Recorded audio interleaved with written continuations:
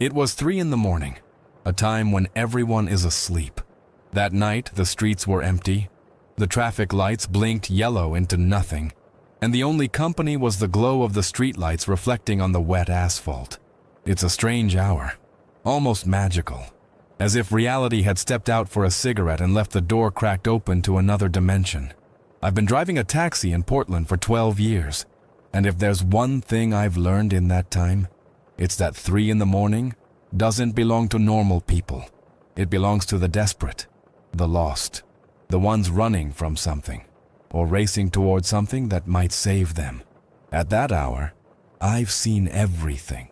Couples ending relationships in my back seat, addicts begging me to wait while they got just one more hit, single mothers coming home from a third shift, sleeping with their heads leaning against the window, men in suits crying after losing everything at the casino, teenagers running away from home with empty backpacks and hearts full of illusions. Every ride is a story, every passenger an entire universe of pain, hope, regret, or redemption that enters my car for a few minutes and then disappears into the night.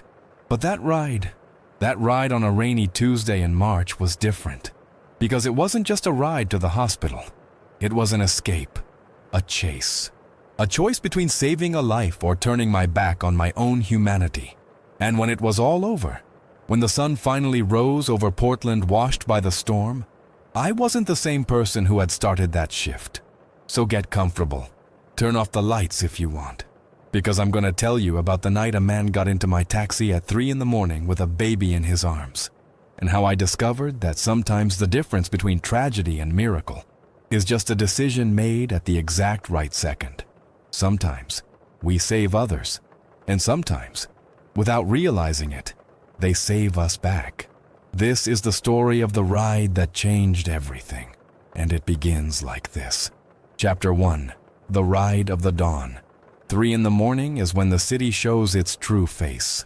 Not the made-up version tourists see during the day, but the raw version, unfiltered, where secrets walk along wet sidewalks and the darkest stories unfold under the yellow streetlights. That's the hour when I work. That's the hour when I live. I've been driving a taxi in Portland for 12 years. I've seen everything in that back seat.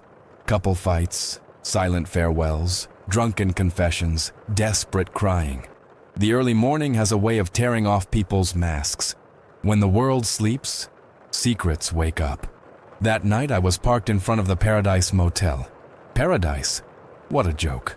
The place was a rundown dump on 82nd Street, with peeling walls, a flickering sign, and a moldy smell you could sense even from inside the car. But it was a fixed spot. There was always someone needing to escape that place in a hurry. The rain was coming down light and steady. That kind of Portland rain that feels like it will never stop. That seeps into your bones and makes you forget what it feels like to be warm. The windshield wipers made that hypnotic sound. Left, right, left, right. I was finishing a reheated coffee when I saw the door of room 17 burst open violently. A man ran out. Tall, thin, a black-soaked coat clinging to his body, and in his arms, wrapped in blankets that looked like they'd seen better days, a baby. My instincts lit up a red alert. He ran straight toward my taxi, glancing back every 2 steps, as if the devil himself were coming after him. He banged on the back window so hard I thought it would shatter. "Open! Please open!" I unlocked the doors. He jumped in, slamming the door shut. The baby pressed tight against his chest. "Hospital. Now. Please. Go." His voice was trembling. It wasn't normal nerves. It was raw panic, the kind you feel when you know every second might be the difference between life and death. I looked in the rearview mirror. His face was pale, sweat mixed with rain running down his temples. His eyes wide, frantic. But what really sent chills through me was the baby. Complete silence. No crying, no movement. Just that bundle of blankets in the lap of a man who looked like he was running from hell. "Which hospital?" I asked, already starting the engine. "Annie, the closest. Hurry." I stepped on it. The taxi skidded as we left the parking lot, tires screeching on the wet asphalt. The city was empty, ghostly. Abandoned buildings on both sides, dark storefronts, traffic lights blinking yellow into nothing. It felt like driving through a post-apocalyptic movie. I sped down Morrison Street. 30, 40, 50. The streetlights stretched yellow streaks across the wet windshield. Everything seemed to move in slow motion and too fast at the same time. I looked in the rearview mirror again. The man wouldn't stop looking back, his neck twisted, eyes fixed on the road behind us, searching for something or someone. "Is someone following you?" I asked, feeling my heart pick up pace. He didn't answer right away. He just kept staring out the back window, his body tense, his shoulders hunched over the baby as if trying to shield him from the whole world. "Just drive," he finally whispered. "Please just drive." That's when I heard it. A low, muffled sound coming from the blankets. The baby was starting to cry, but it wasn't a normal cry of hunger or sleep. It was a whimper of pain, weak, suffocated, terrifying. "How long has he been like this?" I asked, gripping the wheel. Since, his voice broke. He covered his face with one hand, the other holding the baby tightly. His shoulders trembled. He was crying too. I sped up. Good Samaritan Hospital was 15 blocks away. I started calculating the fastest route. Burnside, then Broadway, cut through 23rd. 10 minutes if I ignored a few lights. The baby's crying grew louder. The man whispered things I couldn't understand. Words of apology, comfort, desperation. He rocked back and forth anxiously, trying to soothe the child. As we passed under a stronger streetlight, I finally saw clearly for the first time. The blanket had slipped a little. The baby's tiny arm was exposed. Bruises, fresh, small round marks like fingers. My stomach twisted. "My God," slipped out before I could stop myself. The man noticed that I had seen it. Our eyes met in the rearview mirror, and in that moment, without him needing to say a single word, I understood everything. He wasn't a father taking a sick child to the hospital. He was a man running, protecting, saving, and someone, somewhere, wanted to stop him. "How much longer?" he asked, his voice breaking. 10 minutes. Hold on." He nodded, clutching the baby to his chest. "Faster, please, faster." I ran the red light on Burnside without hesitation. The empty city swallowed the sound of the roaring engine. The rain grew heavier, turning everything into a blur of light and shadow. I didn't know it yet, but that ride would change everything. Not just for him, for me too. Because at 3 in the morning, when you think you've seen everything, life puts a story in your back seat that will haunt you forever. And this one was just beginning. The baby's crying cut through the silence of the taxi like a knife. It was no longer that muffled whimper.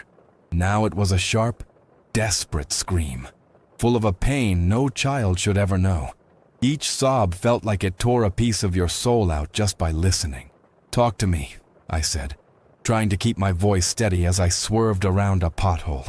"How long has he been like this?" Silence. Only the crying echoing through the cramped space of the car. "Listen, man," I insisted, looking in the rearview mirror. "I need to know. The doctors will ask. How long?" He squeezed his eyes shut, as if the question physically hurt. "Since last night," he finally murmured. Since she lost control." "She who?" "His mother. My girlfriend." The word came out poisoned, loaded with regret. I sped down Broadway, the lights of the few open establishments casting red and blue reflections on the soaked asphalt. Good Samaritan Hospital was 8 blocks away. 8 blocks that felt like 8 miles. "What happened?" I asked, knowing I was stepping into dangerous territory but unable to stay quiet. He took a deep breath, rocking the baby in his arms in a useless attempt to soothe him. "She was using again," he began, his voice trembling. "I knew it. I always know. Her eyes get different, you know. Glazed, empty. But this time it was worse." He paused. The baby cried so hard he started coughing, choking on his own tears. He wouldn't stop crying. He wanted to nurse, and she was too high to notice. I tried to help, I picked him up, but she snapped. Screamed that I was stealing her son, that I was worthless, that I was a piece of shit. His voice broke again. I saw a tear run down his face, shining in the dim light coming through the window. She ripped him out of my arms, shook him. I had never seen her like that, completely out of her mind, and then he couldn't finish. He didn't need to. The bruises told the rest. A cold anger crawled up my chest. I had seen a lot in this job. Violence, misery, despair. But a hurt child always wrecked me in a different way. Maybe because I knew what it was like to fail as a father, to be absent when I should have been present. "Did you call the police?" I asked, already knowing the answer.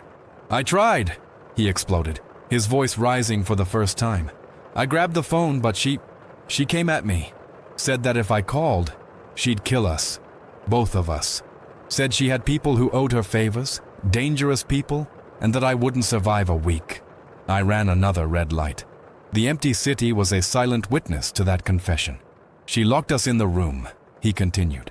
"Stayed by the door the whole time, high, paranoid, holding a kitchen knife, talking to herself, threatening the air. The baby was crying, and she kept screaming for him to shut up. I was frozen. I spent hours sitting on that filthy bed, holding my son, not knowing what to do." "How did you get out?" I asked. "She passed out. 3 in the morning, she hit the floor and was out cold. I waited 5 minutes to be sure, grabbed the baby, grabbed whatever I could and ran. I saw your taxi there and I knew it was the only chance. I glanced at the rearview mirror again. Our eyes met.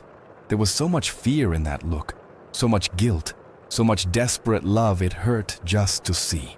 You did the right thing," I said, and realized I truly believed it. "Did I?" he asked, with a bitterness that cut deep. "I let this happen. I saw the signs, man, months ago. I saw her getting violent, saw her using more, saw her slipping away from reality. But I stayed because I thought she'd get better, that I could fix her." I knew that tone. It was the tone of a drowning man. I had used that same tone 1,000 times, staring in the mirror, thinking about my own son. Lucas, 15 now. 3 years since we actually talked. "We always think we can save other people," I murmured, more to myself than to him. "But sometimes we can barely save ourselves." He stayed quiet for a moment, taking in my words. "I'm so scared," he confessed, his voice reduced to a hoarse whisper. "Scared of what she'll do. Scared of losing him. Scared it's already too late." "It's not," I answered firmly. "You're here. You chose him. That's already more than many fathers ever do. 6 blocks to the hospital. The baby was still crying, but it sounded weaker. That terrified me even more. What if she comes after us?" he suddenly asked, staring out the rear window again. "Does she know where you went? She'll figure it out. I have nowhere else to go. No family, no friends who can help. She knows that. Then we get to the hospital. You hand him to the doctors, and you call the police immediately," I instructed, my voice sounding more confident than I felt. "What if they don't believe me? What if they think I hurt him?" That possibility hit me like a punch. I'd seen it happen. The desperate father mistaken for the abuser. The system failing when it needed to work. "The truth always shows," I said, praying I was right. "The bruises will show how old they are. Your story will match. And you have a witness." "Who?" "Me. I saw you leave that motel. I saw the state you both were in. I saw the real fear. That matters." For the first time since he entered my taxi, I saw something like hope cross his face. 4 blocks. The hospital lights were already visible on the horizon, a beacon of salvation piercing the darkness of early morning. "What's your name?" I asked. "Marcus. And his is Noah." "Marcus, look at me." He lifted his eyes. "You're going to survive this night. Noah is going to survive. And when the sun comes up, you'll both have a chance to start over. Believe that." He nodded, holding his son tight against his chest. But none of us saw the headlights that had just appeared in the rearview mirror. The headlights appeared out of nowhere. 2 white lights cutting through the darkness, growing quickly in the rearview mirror. Too far for coincidence. Too close to be safe.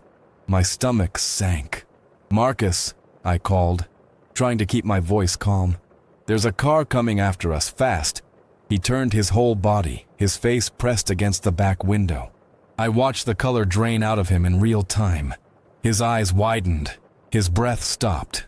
"It's her," he whispered. "Holy shit, it's her." "Are you sure?" "Black Civic, broken headlight on the right side. That's her car. Shit, shit, shit." His voice rose until it was almost a scream. "How did she wake up so fast? How did she—" "Doesn't matter." I cut him off, already slamming my foot on the accelerator. "Hold tight." The taxi surged forward. 45, 50, 60 on Broadway. The rain had turned into a real storm now, hammering the hood like bullets, the wipers fighting to keep up. The asphalt had become a black mirror reflecting the city lights. The Civic sped up too. 65, 70. She was gaining on us. "She's insane!" Marcus cried, clutching the baby. "She's gonna kill us! She's gonna— Breathe!" I ordered. "Protect his head and leave the rest to me." 3 blocks to the hospital. But 3 blocks with that woman on our tail might as well have been 3 miles. I needed to think fast. I turned sharply onto 20th Avenue without signaling, tires screeching. The taxi skidded, the rear swinging dangerously, but I managed to control it. I checked the mirror. The Civic made the same turn, faster, more violently. She wasn't afraid to crash. That scared me more than anything. "She have a weapon?" I shouted over the noise of the storm. "I don't know. She had a knife, but I don't know if—" The answer came in the form of an impact. The Civic rammed the back of my taxi, a sharp blow that threw us forward. Marcus screamed, curling over Noah. The baby shrieked, his crying now mixed with pure terror. "This bitch is trying to knock us off the road," I growled, correcting the steering wheel. I accelerated harder. 75 down a residential avenue. Houses asleep on both sides, wet lawns flashing by in blurs. A streetlight burst into sparks as we passed. The storm was turning wild.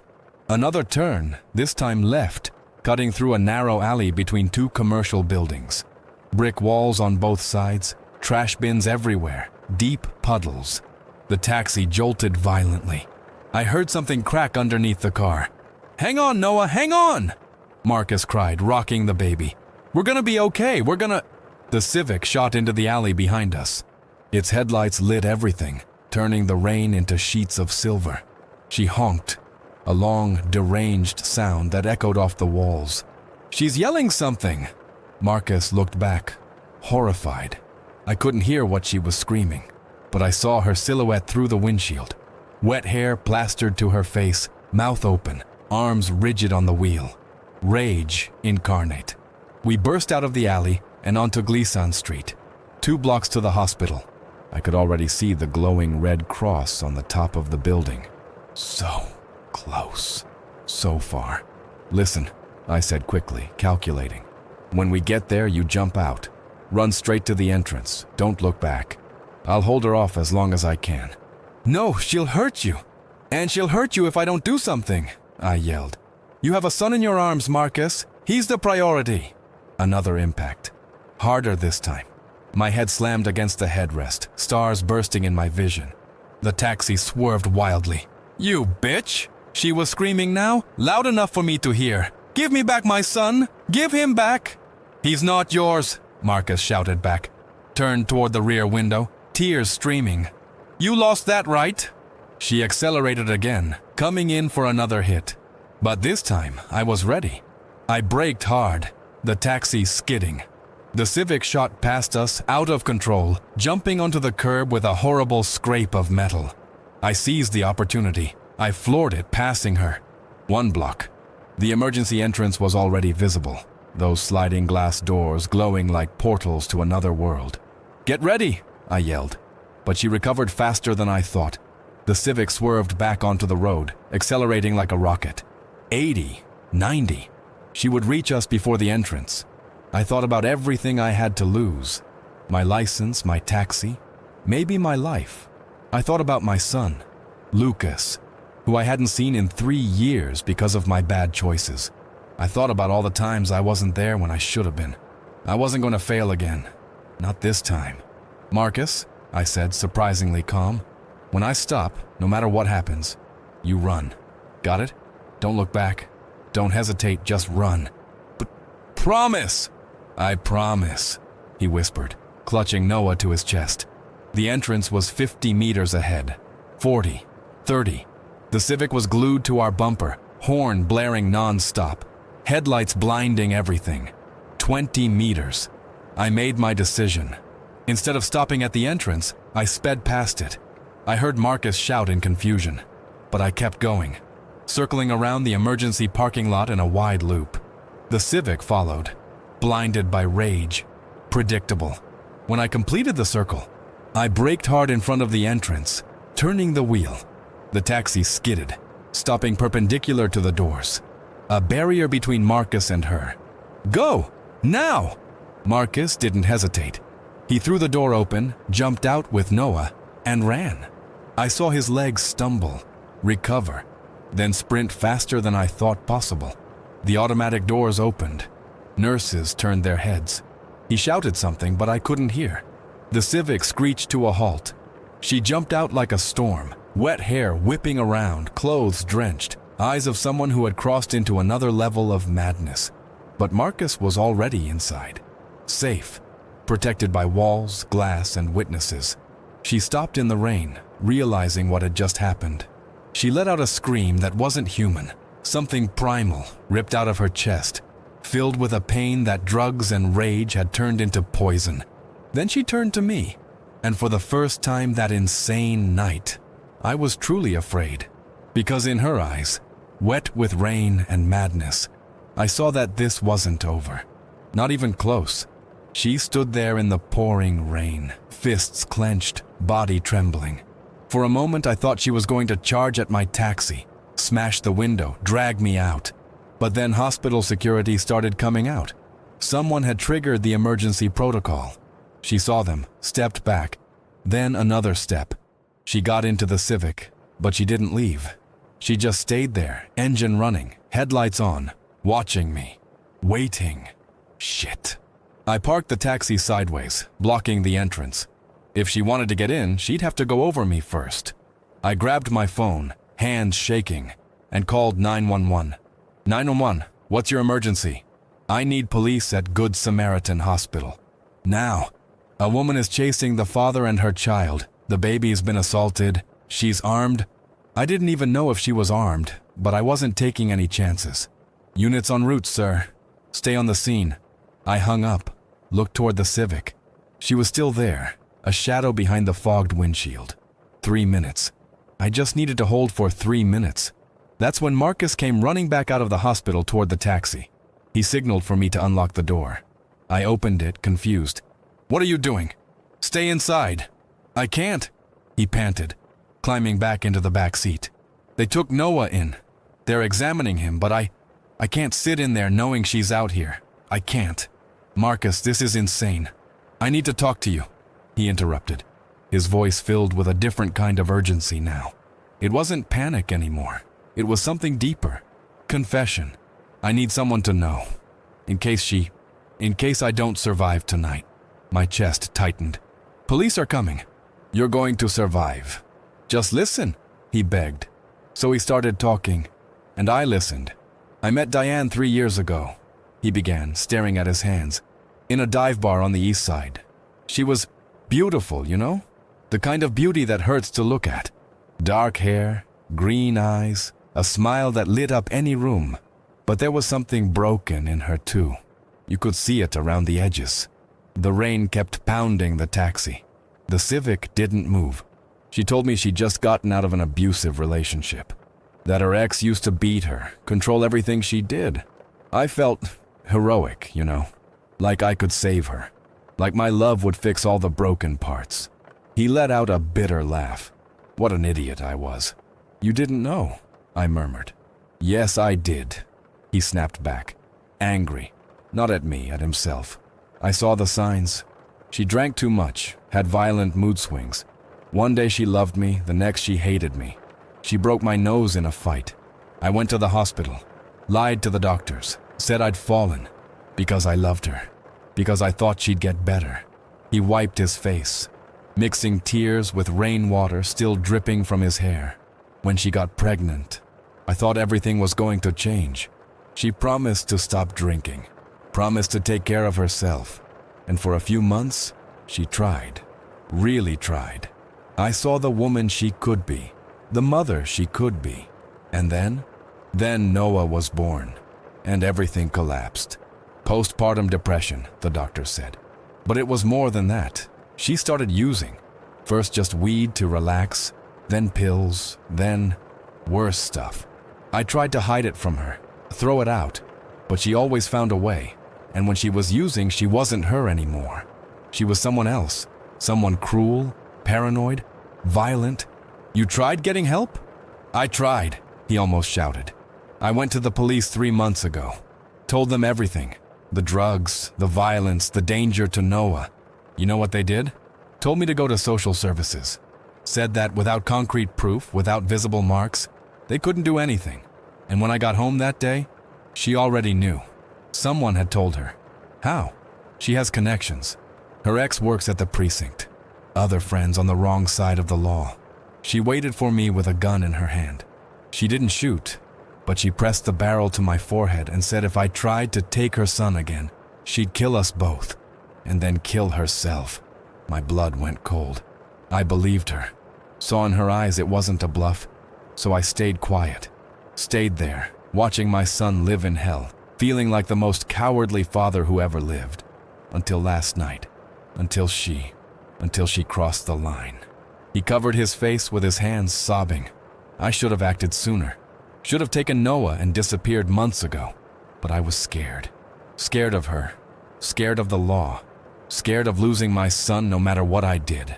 And now he's hurt because of my cowardice. I couldn't stay quiet. His words hit too close to home. You're not a coward, I said, my own voice thick. You're here. You ran with him. You risked everything. Too late. It's never too late. He lifted his face, eyes red. How do you know? I took a deep breath. My turn to confess. Because I failed as a father too, I admitted. The words burning on the way out. I have a son, Lucas. 15 now. When he was 7, I separated from his mother. It was a messy divorce. I started drinking, lost jobs, lost the house. She got full custody. They said I was unstable, dangerous. I wasn't, I was just lost. Marcus was watching me closely now. I spent 3 years fighting to see him again. When I finally did, he barely recognized me. Called me by my name, not Dad. And you know what my response was? I gave up. Decided it was easier to be absent than face the pain of being forgotten. How long has it been? 3 years since we last really talked. 3 years driving this taxi through the nights, running from myself. We stayed quiet for a moment. 2 broken men sharing their scars under the sound of the rain. But you can change that, Marcus said softly. There's still time for you. For your Lucas. And for you too, I answered. For your Noah. He nodded, wiping his face. That's when the sirens tore through the night. Blue and red lights painting everything. The Civic's headlights flicked on. It reversed violently and sped off, tires screeching. 3 squad cars arrived at the same time. Officers got out, weapons drawn, shouting commands. Marcus raised his hands. It's me. I'm the father. The baby's inside. An officer approached cautiously. Sir, I need you to step out of the vehicle. Marcus looked at me one last time. Thank you. For everything. Take care of him, was all I managed to say. He got out. Quickly explained everything to the officers. They showed photos of the Civic, of Diane. An APB was issued immediately.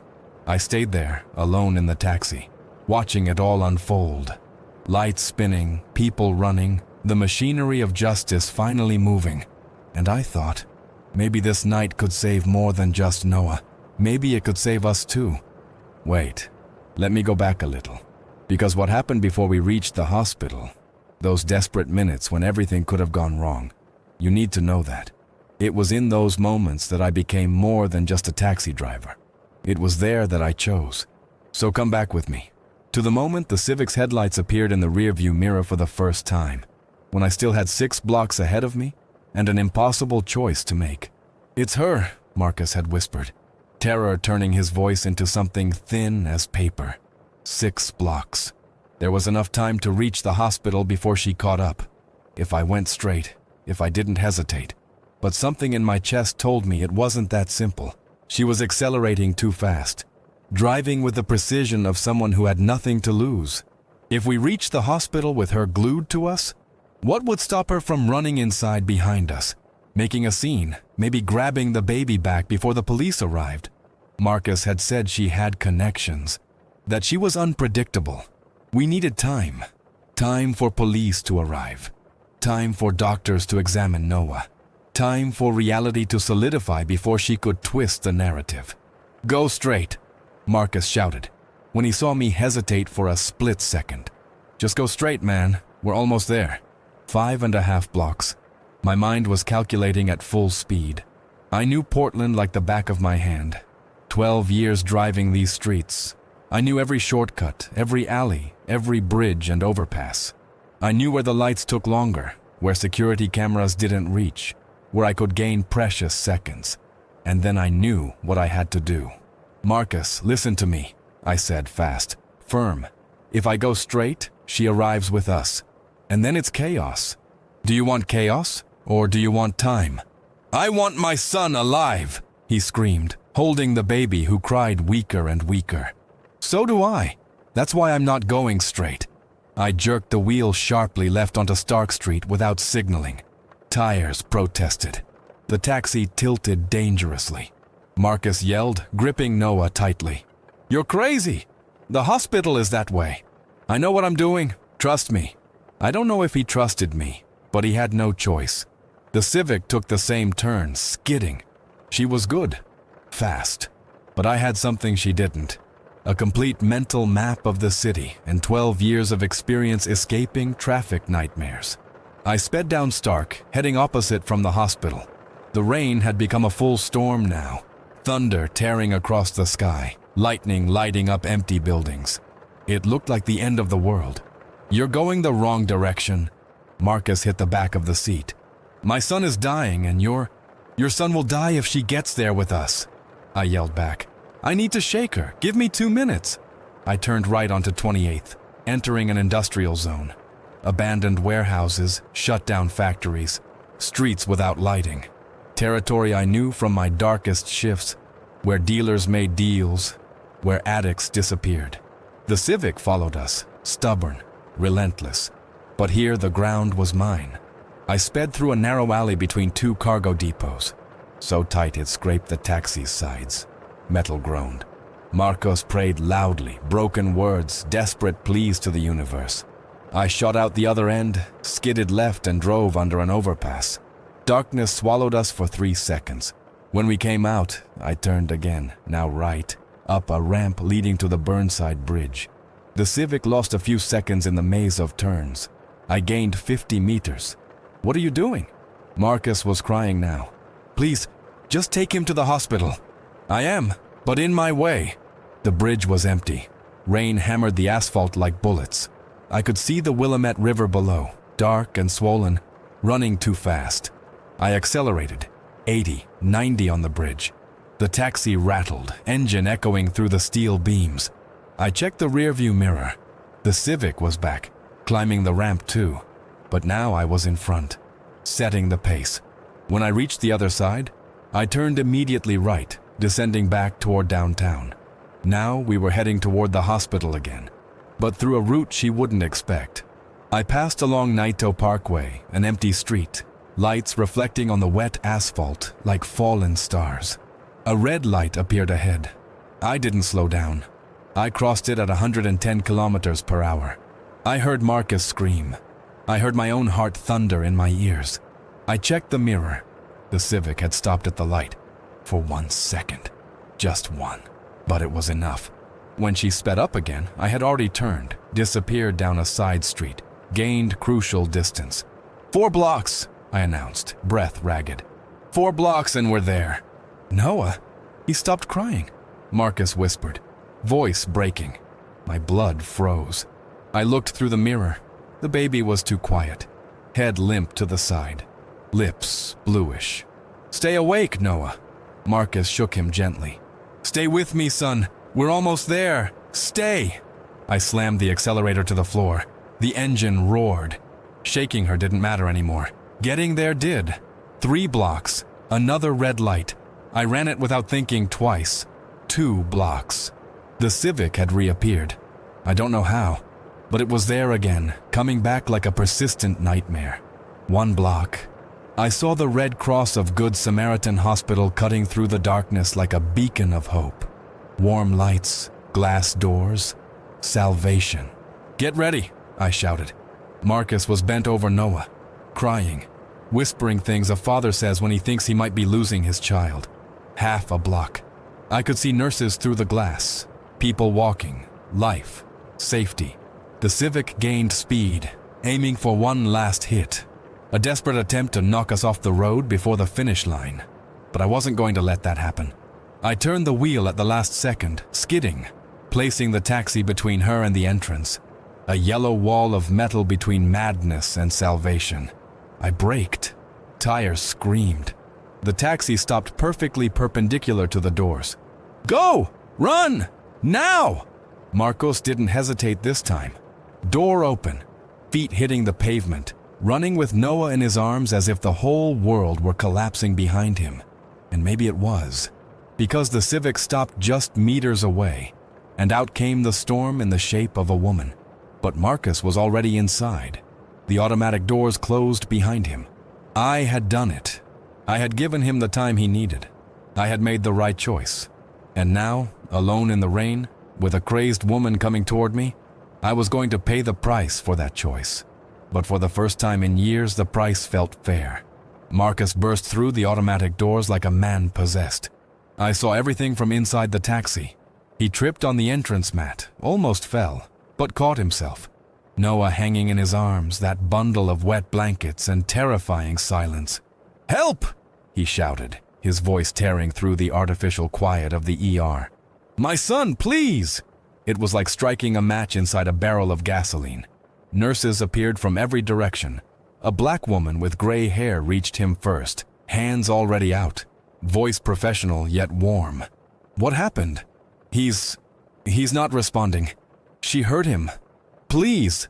They took Noah from his arms with an efficiency that was both comforting and horrifying. A gurney appeared out of nowhere. Harsh LED lights illuminated that pale little face. Doctors ran. Doors slammed. Codes were shouted in a language I didn't understand, but that sounded urgent as a fire alarm. And then I realized I was still sitting in the taxi, engine running, hands glued to the steering wheel. I turned it off, got out. Rain still falling, but lighter now. I looked toward the Civic parked just a few meters away. Diane was still inside, behind the wheel, her forehead pressed against the steering column, shoulders shaking, crying or planning. No way to know. Hospital security had noticed the situation. 2 huge men in reflective vests positioned themselves at the entrance. Walkie-talkies crackling. I went inside. The smell hit me first. Disinfectant mixed with burnt coffee and that vaguely metallic scent all hospitals have. Fluorescent lights buzzing. The sound of machines beeping somewhere down a hall. Marcus was cornered between a nurse with a clipboard and a young doctor in a stained lab coat. He was talking too fast, gesturing, tears still wet on his face. Bruises on his arms. She was high. She shook him. I didn't know what to do. She threatened to kill us. "Sir, I need you to breathe," the doctor said, hands raised in a calming gesture. "Your son is being examined right now. But I need clear information. When did the injuries happen?" "Last night. Around 11, maybe midnight. I'm not sure." "What drug did she use?" "I don't know. Crack maybe? Pills? She uses everything." The nurse was writing everything down, fast, efficient. Then she saw me approaching. "Who are you?" "Taxi driver. I brought them." "Stay," Marcus said, looking at me. "Please, tell them." The doctor studied me for a second, then nodded. "What did you see?" I told them everything. The motel, the state Marcus was in, the bruises, the chase, the Civic, the deranged woman still outside. The nurse dropped the clipboard. "Did someone call the police?" "On the way here," I lied. Technically I had called, but in the chaos I had forgotten to check if units were actually dispatched. She grabbed a phone from the wall. "Security code yellow. Possible domestic situation. Child involved. Suspect in the parking lot." Marcus collapsed into a plastic chair, head in his hands. Is he gonna be okay? Please, tell me he's gonna be okay. The doctor crouched in front of him. We're doing everything we can. I'll be honest, he's in a concerning condition. Dehydrated, signs of trauma, low body temperature. But you got here in time. That counts for a lot. Can I see him? As soon as we stabilize him, I promise. That's when the ER doors slammed open violently. Diane came in like a hurricane, hair soaked and stuck to her face, eyes bloodshot, wild, pupils far too big to be just anger, clothes dripping on the floor. And when she screamed, her voice held something too broken to ever fix. Where is he? Where's my son? Security jumped in behind her, trying to restrain her without force. Ma'am, I need you to calm down. Don't tell me to calm down. She shoved one of them. She was weaker than she looked. The shove barely moved him. You have no right. He's my son. Marcus stood up, instinctively placing himself between her and the hallway where Noah was. You lost that right when you laid a hand on him. She turned to him, and I saw it. I saw the exact moment she realized she had lost. I saw it in the way her knees weakened, the way her whole body collapsed inward even while still standing. You betrayed me, she whispered, voice turned small, childish, lost.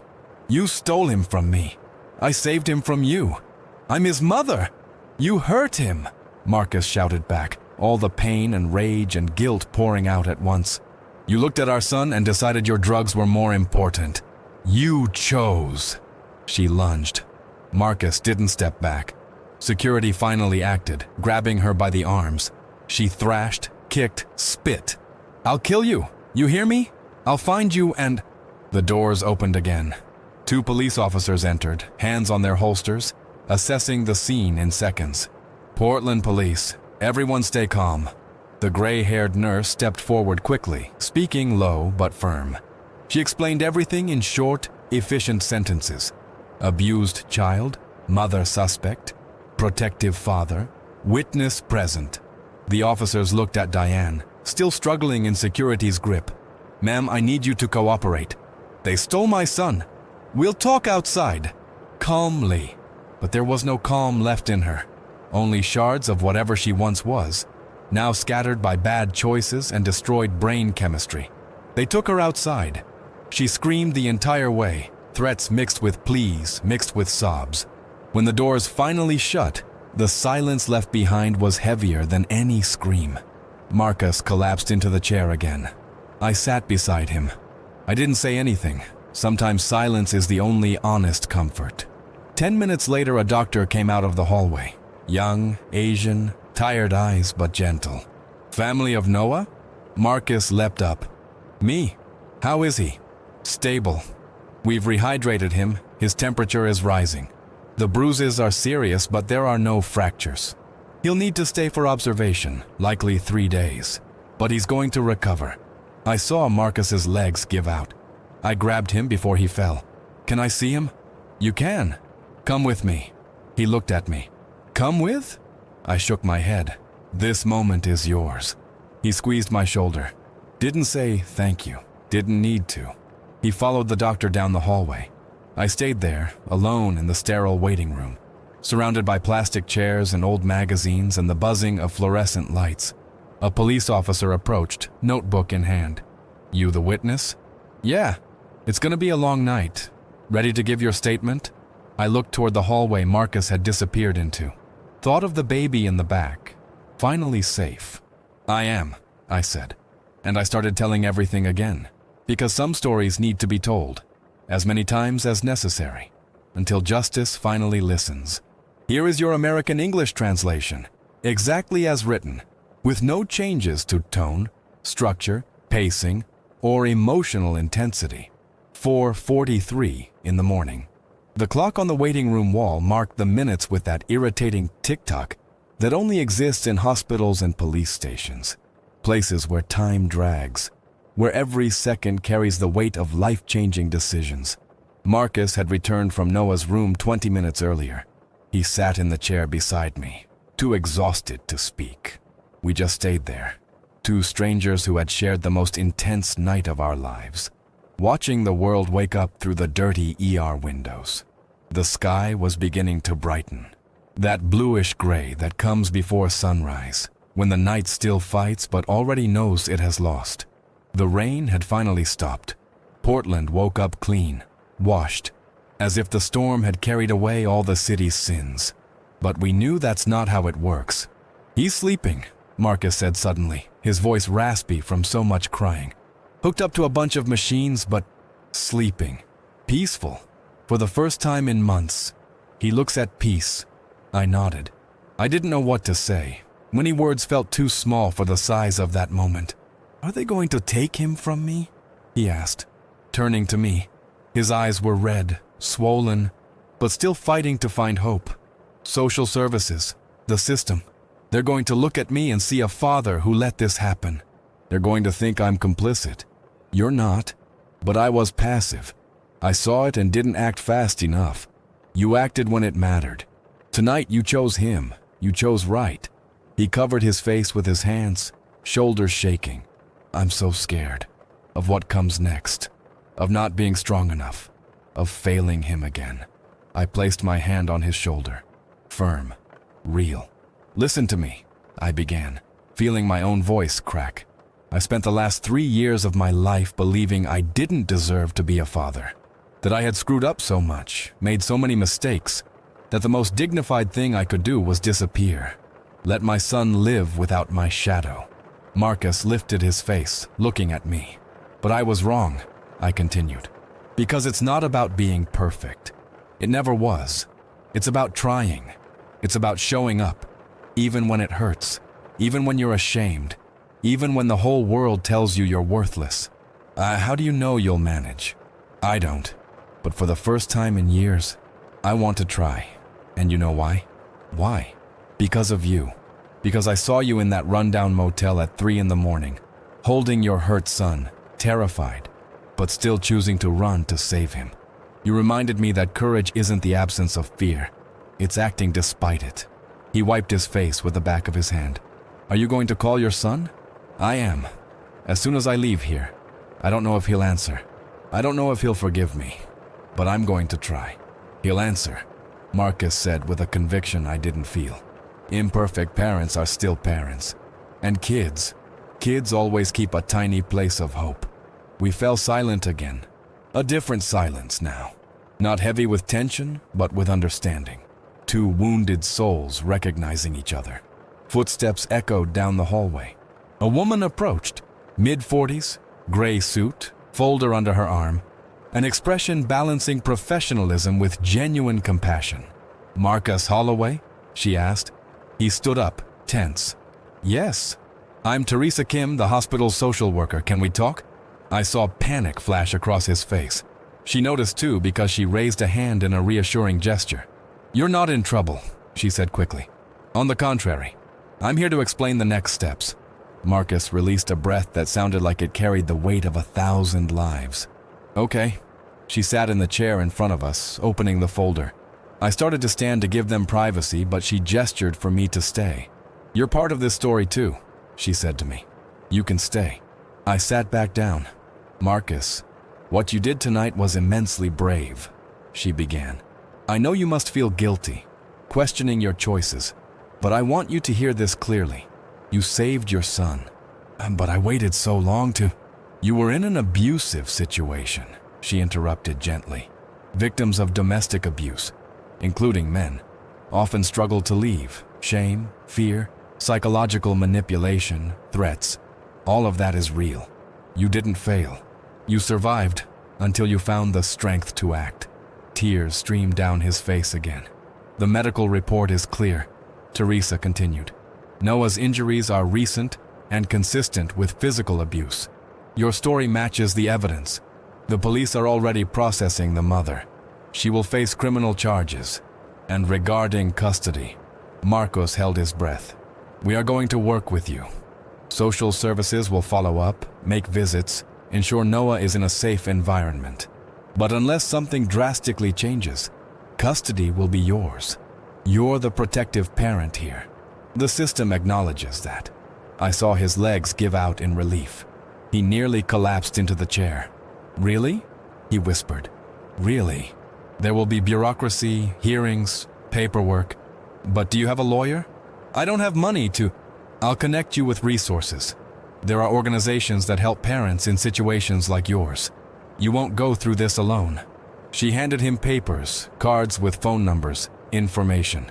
She explained timelines, next steps, where to find support. When she finished, she stood, shook Marcus's hand, then mine. You two made a difference tonight. Don't forget that. After she left, Marcus stared at the papers in his hands as if they were passports to a new life. I'm going to make it, he murmured. I'm going to be the father he deserves. You will, I agreed. And you're going to mess up along the way. We all do, but you'll be there. And in the end, that's what matters. He extended his hand. I shook it. But then he pulled me into a hug. One of those tight, desperate hugs that say everything words can't. Thank you, he whispered, for not giving up on us. Thank you, I replied, for not giving up on yourself. When we separated, the sun had fully risen. Golden light streamed through the windows, painting everything with hope. Go, he said. Call your son. I nodded, took my phone from my pocket, looked at the screen. Lucas's number was still there, saved for 3 years, never deleted. My finger hovered over the call button, and then, for the first time in a long time, I felt brave. I pressed it. I left the hospital at 6:15 in the morning. The sun was already high enough to turn Portland into another city. The daytime version, clean, full of promises the nighttime version always hides. People were starting to come out into the streets, coffee shops opening, buses rumbling at the stops, normal life resuming its course, unaware of the dramas that happen while it sleeps. My taxi was where I left it, blocking half the emergency entrance. A security guard had stuck a notice on the windshield asking me to move the vehicle. I ripped the paper off, crumpled it, threw it on the ground. Today I could break small rules. I got in the car. The smell of rain still clung to everything. The back seat was wet, water stains forming dark patches on the worn beige upholstery. I looked in the rearview mirror, and for a second I still saw Marcus there, holding Noah, both of them fighting to survive. But the seat was empty now, and somehow, that was beautiful. It meant they had made it, that they were inside, safe, starting over. I turned on the engine. It coughed, protested, but started. 12 years driving this yellow piece of metal through the dark veins of Portland. How many stories had this back seat seen? How many secrets, confessions, farewells, new beginnings? But none like this night. I grabbed my phone. The cracked screen reflected the morning light. 6:17. On the East Coast, it was 9:17. Lucas was probably awake, maybe having breakfast before school, or maybe he hated waking up early like I did at his age. 3 years without talking. I didn't even know those basic things about my own son anymore. My fingers trembled as I unlocked the phone. Went to contacts, scrolled down to L. Lucas. Cell. Last time I called? March 14th, 3 years ago. The call had lasted 1 minute and 40 seconds. I remembered it. It had been a cold, uncomfortable conversation, full of silences that were too long and words that meant nothing. I'm just calling to see how you're doing. I'm fine. School good? Yeah. Do you need anything? No. After that, I gave up. Decided it was more dignified to let him live without the constant reminder of the father who had failed. But now, sitting in this taxi with a taste of the night still in my mouth, I realized how cowardly that had been. It wasn't about my dignity. It was about my fear of being rejected. Marcus had faced fear. He had run toward danger to save his son. I could at least make a phone call. I hit the call button before the courage fled. The phone rang. Once. Twice. 3 times. My heart beat so loud it drowned out the sound of the waking city. 4 rings. It would go to voicemail. He wouldn't answer. Why would he? I was a forgotten name in his contacts. Hello? The voice hit me like a shot. Deeper than I remembered. Breaking in the wrong places. That strange phase between boy and man. But it was him. My son. My Lucas. Hello? He repeated, impatient now. Is someone there? I opened my mouth. Nothing came out. Emotion surged up my throat and strangled me. 3 years of absence, regret, unspoken love, all compressed into one impossible second. "Dad?" His voice shifted. Surprise, confusion, and something else. Something dangerously close to hope. "Is that you?" "It's me," I finally managed to whisper. "It's me, Lucas." Silence on the other end. I heard his breathing, then a sound like he had stepped away looking for privacy. "Why are you calling?" he asked, guarded, defensive. "Did something happen?" "No, I mean yes, but not with you, with me. I needed to hear your voice. It's been 3 years, Dad." "I know. 3 years and you just disappeared." "I know, and I'm sorry. More than you can imagine." I heard him swallow hard. Why now? Why today? How to explain? How to put into words what had happened tonight? The desperate man, the hurt baby, the race through the wet city, the choice to risk everything to save someone? Because I met someone tonight who reminded me of what really matters, I said slowly, choosing every word. Someone who almost lost his son because he was afraid to act. And when I saw him fight, when I saw him choose to be a father even through all the fear, I realized I made the wrong choice. I abandoned you because I thought it was easier. But it wasn't about easy. It was about being present. Silence. Long. I almost thought he had hung up. "You can't just call and expect—" "I know," I cut in. "I don't expect anything. I don't expect forgiveness. I don't expect us to go back to what we were. I just wanted you to know that I messed up, that I miss you every day, and that if you give me a chance, even a small one, I'll show up, I'll try. For real this time." More silence. Then a shaky sigh. "I missed you too," he whispered, voice breaking. "Every birthday, every basketball game, every time someone asked about my dad, and I didn't know what to say. Tears fell down my face. I didn't try to stop them. "I'm sorry," I said. "I'm sorry for all those moments. You can't fix the past. I know. But I can try to build a different future, if you let me." I heard noise in the background. Someone calling him. Probably his mother saying he'd be late for school. "I have to go," he said. My heart sank. "It's okay. I understand. But call again. Tomorrow, if you want." "I will." "So? See you tomorrow, Dad." "See you tomorrow, son." The call ended. I held the phone against my chest, sobbing like a child, all the pain and relief and hope pouring out at once. My phone rang again. Unknown number. I answered, still wiping my face. "This is Detective Morrison with the Portland Police Department. I'm trying to reach the witness from the Good Samaritan Hospital incident." "That's me. We need you to come back and give a formal statement. But I also wanted to inform you of something we discovered." "What?" "When we arrested Diane Fletcher, we found a gun in her glove compartment, loaded. And on her phone, text messages planning the worst. She was going to kill Marcus Holloway tonight. And probably the child, too." My blood froze. "If you hadn't gotten them out of that motel when you did, if you hadn't run the way you ran, we'd be dealing with a very different crime scene right now." I couldn't respond. "You saved 2 lives tonight. I wanted you to know that." After I hung up, I sat in silence, processing. Marcus had shown up in my taxi at the exact moment he needed to. Not 5 minutes later, not an hour earlier. Exactly when he had to. Coincidence? Luck? Or something bigger? I looked at Portland's sky, now completely blue, and thought, sometimes 3 in the morning is when angels show up disguised as desperate strangers. And sometimes we are someone's angel without even realizing it. I started the taxi and drove home. I had a son to call tomorrow. And for the first time in years, I had a reason to wake up hopeful. The night was over. But something new was beginning.